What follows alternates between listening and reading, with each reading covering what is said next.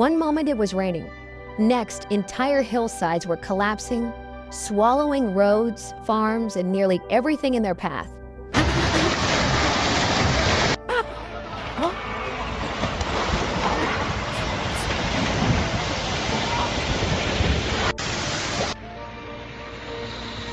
Southwest China has always danced a dangerous line between beauty and destruction.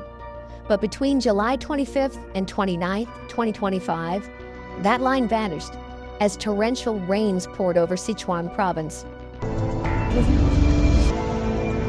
What followed was not just another natural disaster. It was a complete breakdown of the earth itself. Floods swept through villages. Landslides buried lifelines. And entire communities were cut off in minutes. This is the story of a region pushed to the brink, again.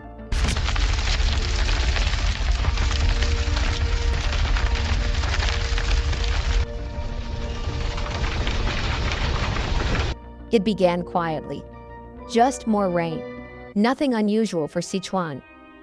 But by July 25th, 2025, meteorologists spotted a troubling pattern over this mountainous, landslide-prone region. For 5 days, the rain didn't stop. Clouds dumped relentless water over valleys and hillsides. From Luding County to Ganzi Prefecture, oversaturated soil began to collapse. By July 26th, alarms blared across cities and remote villages alike. Roads buckled, slopes gave way, and floodwaters tore through homes and history. And this was only the start.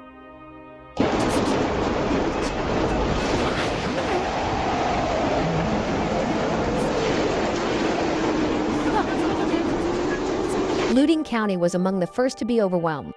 By July 26th, the rain turned devastating. Non-stop downpours flooded rivers, collapsed hillsides, and shut down drainage systems.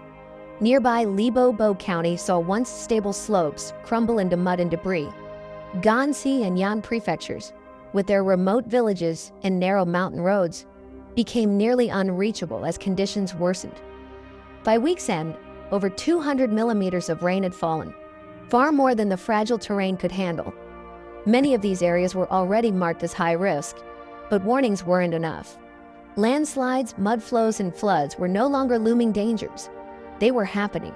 Sichuan wasn't just under pressure, it was starting to fall apart. In Mongolia, already swollen rivers, waterways, and reservoirs have exacerbated the situation. Local authorities say 41 rivers have flooded. More intense rain is forecast over the coming days. July 27th began with silence, but not for long. At 7:30 a.m. in Luding, disaster struck without warning. After relentless rain, the hillside near National Highway G318 gave way. Around 15,000 cubic meters of rock, mud, and vegetation crashed down, burying 70 meters of the highway within seconds. This wasn't just any road. It was a vital link between Sichuan and Tibet. But authorities had seen the danger coming. That slope had been under close watch for days.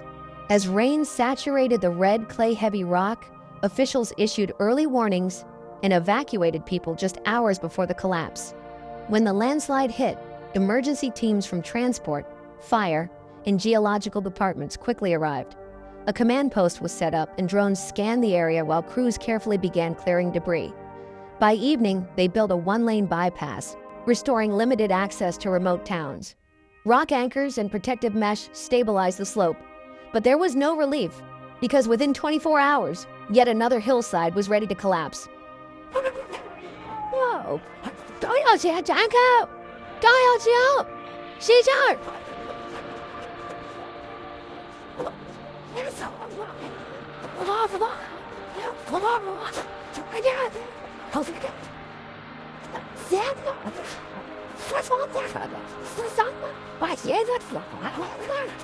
Just a day after the Luding collapse, disaster struck again, this time in Libo County, within the Liang Shanyi Autonomous Prefecture.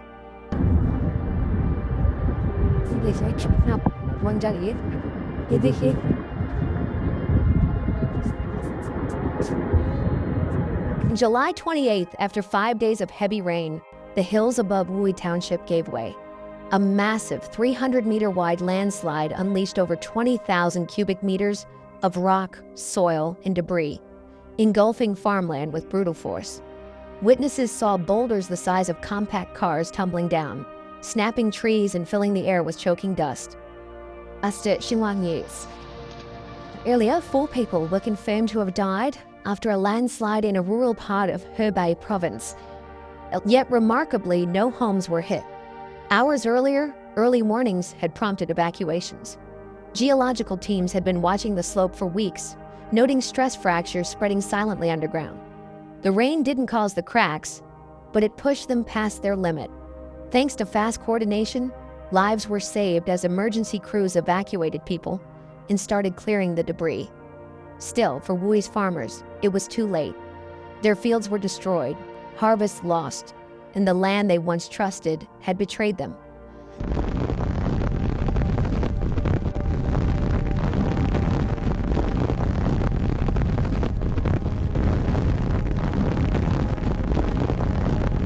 The disasters weren't limited to looting and Lebo. All across Sichuan, chaos unfolded. Landslides erupted from Ebian to Yingjing, each one small but devastating for the people in their path. Remote villages were cut off as narrow roads vanished under rock and debris. Infrastructure collapsed. Power lines downed, poles snapped, and entire areas went dark. Farmland turned to sludge overnight. Streams ran brown, homes cracked, and highways were blocked by trees, rocks, and concrete. But thanks to better coordination and real-time monitoring, emergency crews responded quickly, working through the night under unstable terrain and relentless rain. Advanced sensor networks tracked rainfall, soil shifts, and slope vibrations, helping responders prioritize the most dangerous zones. In many cases, that tech meant the difference between saving lives and recovering bodies. In multiple counties.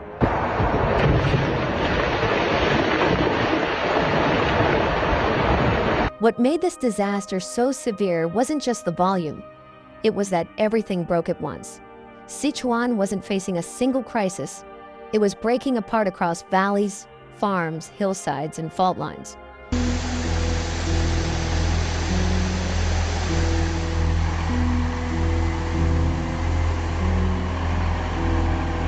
By the time the rain stopped, Sichuan's emergency response was fully underway.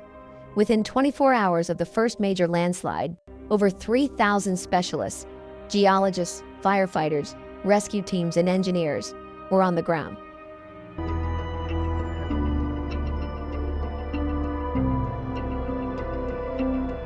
Command centers were set up in key areas like Luding, Lebo, and Wuyi Township to coordinate fast-moving operations.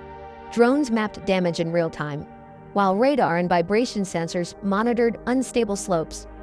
Crews reinforced hillsides, installed protective mesh, and rebuilt key roads using quick-deploy, eco-friendly materials. What made the effort stand out wasn't just the tech, it was the precision. From Chengdu to remote outposts, every move was part of a tightly coordinated push to hold the province together, one slope at a time.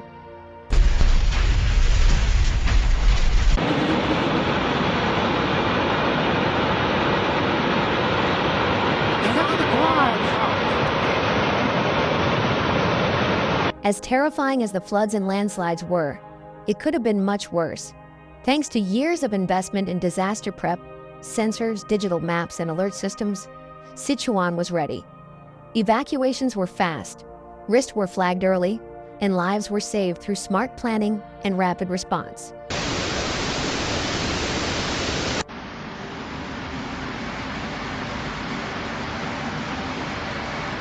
The storm is over, but the risks remain. Stay alert, stay informed. And if this story hit home, like, share, and subscribe, because resilience begins with awareness.